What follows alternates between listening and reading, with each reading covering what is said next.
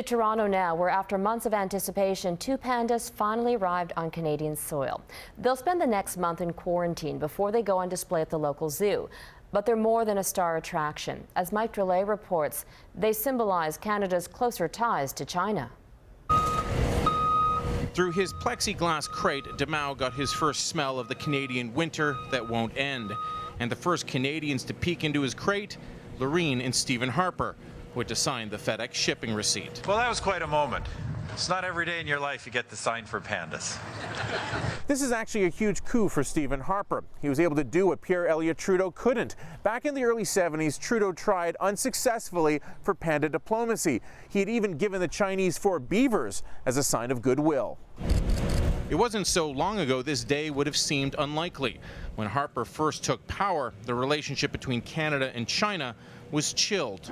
The government is determined to express Canadian views on political issues, human rights concern. In 2006, Harper said he would only meet with Chinese leadership if they were willing to talk about human rights.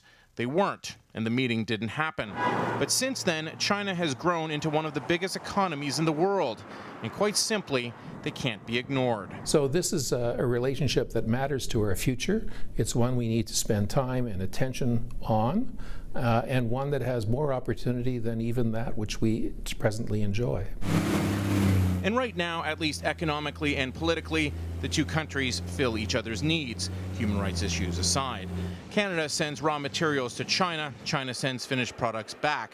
And for Canada at least, there's the hope doors will open for higher-end goods from manufacturers like Bombardier. If Canada can play the first 2 cards and have some influence on the 3rd card, they might be able to then help improve the human rights situation. The 2 pandas will no doubt be a huge draw for the Toronto and Calgary zoos. Each will get them for 5-year runs. But as much as they're a draw for Canadians, they're a symbol of political warmth. As an old Chinese saying goes, the relationship between the 2 countries is based on the affection between their peoples. And now it's Harper's turn. He has to figure out a reciprocal gift, and beavers likely won't cut it. Mike Drolet, Global News, Toronto. The 2 new pandas will need something that isn't all that common in Canada: bamboo.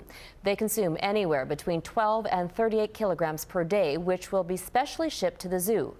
Pandas are a very rare species. There are only 1,600 left in the wild, and they don't breed very often. Females are only receptive to breeding once a year, and only for a period of 24 to 72 hours. Both new pandas are between the ages of 4 and 8, which is the prime reproductive age.